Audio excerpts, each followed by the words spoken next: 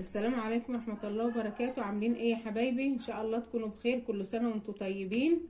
الايام الجميلة جت علينا اهي ورمضان داخل علينا. عملنا مع بعض المخلل الجميل ده. انا عملت مخلل مشكل قرنبيط وجزر ولفت اهو. ده رابع يوم ليه بقى بالشكل الجميل ده، طبعا بطريقة سهلة جدا ما فيهوش اي حاجة. بصوا لونه دي مش مية مخلل، انا بقول عليها مية شربات من جمالها ومن طعمتها. كملوا الفيديو حبايبي وشوفوه، هيتعجبكم الطريقه قوي. هتعملوه بطريقتي دي، شكله جميل جدا جدا جدا. بصوا حبايبي شكل المخلل عامل ازاي. انا خرجت شويه اهو من البرطمان علشان تشوفوا شكله في منتهى الجمال وطعمه جميل جدا، مقرمش وجميل. اعملوه بقى بطريقتي وكملوا الفيديو. لو عجبكم ما تنسونيش في اللايك والاشتراك. شكرا يا حبايبي. رجعت لكم تاني يا حبايبي. كده انا معايا بقى المخلل المشكل اهوت. انا جايبه لفت جميل اهوت، عجبني في السوق قوي اهو. بس انا بقى جايباه بايه؟ بالورق بتاعه اهو، بالورق ده كده. ليه؟ لاني انا هحشي الورق. انا شفته من حبايبي على اليوتيوب، ناس كتير عاملينه حاشيين الورق اللفت ده، فقلت انا هجربه بقول لكم عن النتيجه ان شاء الله.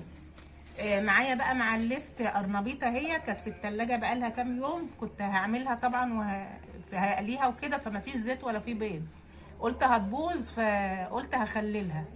وجبت جزر اهوت برضو جميل، هنخلله مع بعض.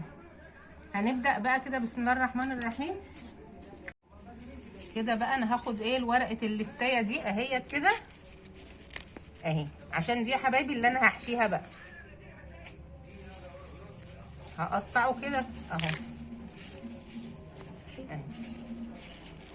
اهي الورقه دي اللي هتتحشي يا بنات اهي.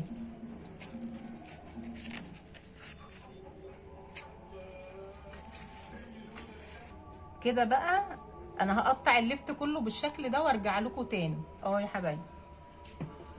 عشان انا هاخد الورق زي ما قلت لكم كده، هاخد الورق ده اهو اهو. كده بقى بعد ما قطعناه كده انا خدت الورق اللي هحشيه اهو. وانا بخلل العيدان دي بتبقى جميله قوي. هنقطع بقى ايه الحاجات دي كده اهي.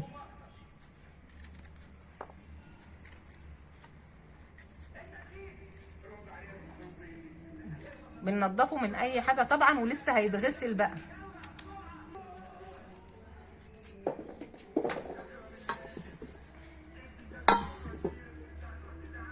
هنقطعه بقى قطع صغيره كده، او القطع اللي انت تحبيها.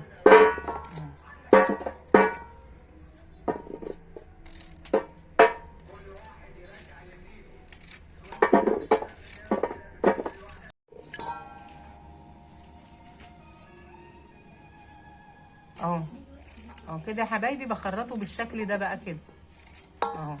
شفتوا اللفتايه وجمالها؟ طريه وجميله جدا ما شاء الله.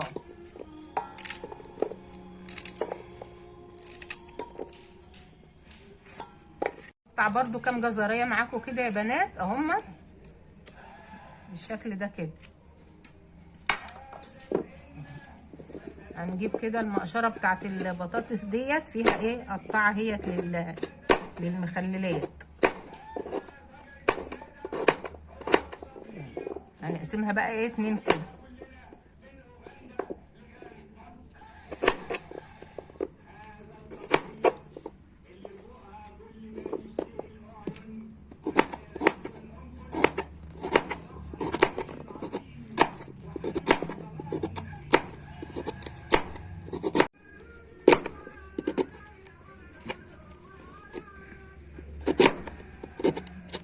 خلاص انا عملت معاكم جزء اهو، اتخرطته كده بتاع القطاعه هي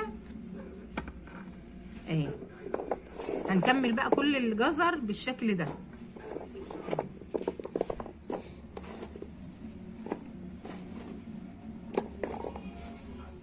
هنيجي بقى على القرنبيطايه اهي.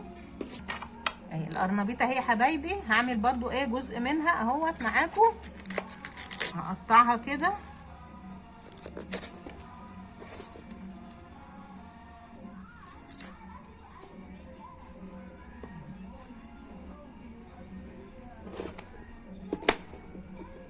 برضو منها كده اهو. هنقطعها بقى ايه برضو وحدات وردات صغيره كده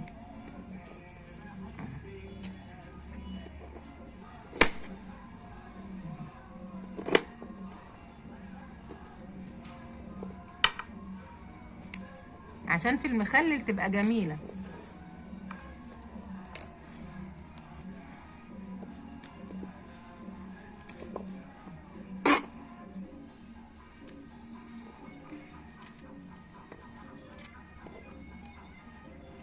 هكمل بقى برضو يا حبايبي القرنبيطه بنفس الطريقه دي تقطيع، ونرجع مع بعض تاني. رجعت لكم تاني بقى يا حبايبي بعد ما قطعت اللفت اهوت معاكم والجزر اهوت وغسلتهم غسله كويس قوي قوي قوي اهو، والقرنبيط برضو اهوت قطعته وغسلته غسله كويسه، قطعته وردات صغيره او زهرات صغيره كده اهو، غسلته طبعا غسله نظيفه اهو. هنبدأ بقى بسم الله الرحمن الرحيم. معايا بنجرية اهيت، هقطع بقى البنجرية كده. انا معايا مية على النار اهيت بتغلي اهي، المية اهي هتغلي يا حبايبي. هروح بقى مقطعة فيها البنجرية كده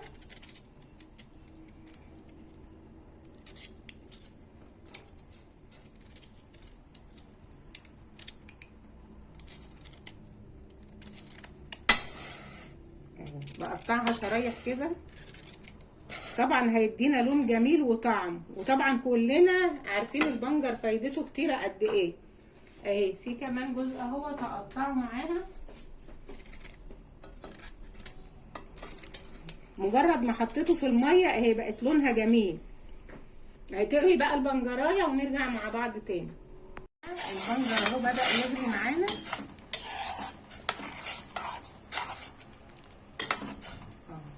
خلاص، هيغلي بقى وهطفي عليه. اما يبرد هنرجع مع بعض تاني اهو بيغلي اهو كده بقى حبايبي. خلاص رجعت لكم تاني بعد ما غسلت اللفت والجزر والقرنبيط اهوت، وحطيت البنجر على النار. غليت طبعا وطفيت عليها معاكم. طبعا البنجر خلاص ميته بردت اهيت.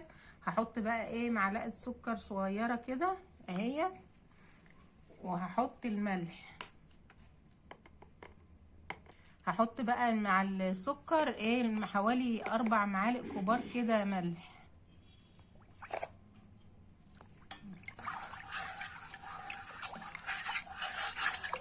ندوب بقى كده السكر مع الملح كده. السكر طبعا حطيناه ليه يا حبايبي علشان هيخلي معانا المخلل مقرمش.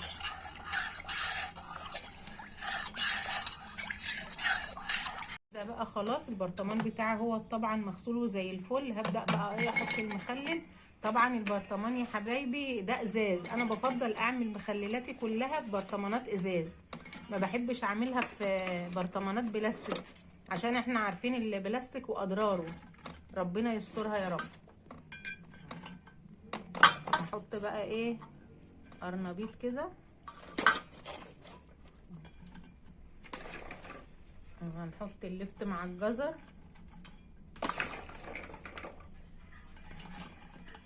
وهنحط القرنبيط،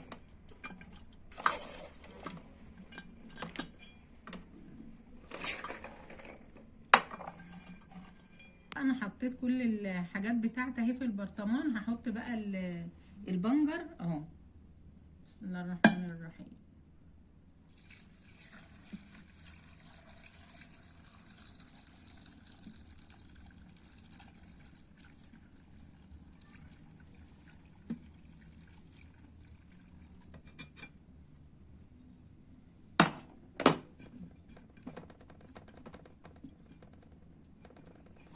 ده بقى احتاجنا كمان شوية مية اهو، بزوده بشوية مية. خلاص كده بقى يا دوب على ما المية بتاعت اللفت تنزل واللي في الجزر هيبقى يا دوب هتغطي البرطمان. كده بقى هحط نص معلقة الشطة الحمراء ديت على وش البرطمان. مش عايزة تحطي براحتك بلاش اهي، نص معلقة بس اهي، عشان ما عنديش فلفل ولا حاجة حراقة. حطيت الشطة دي.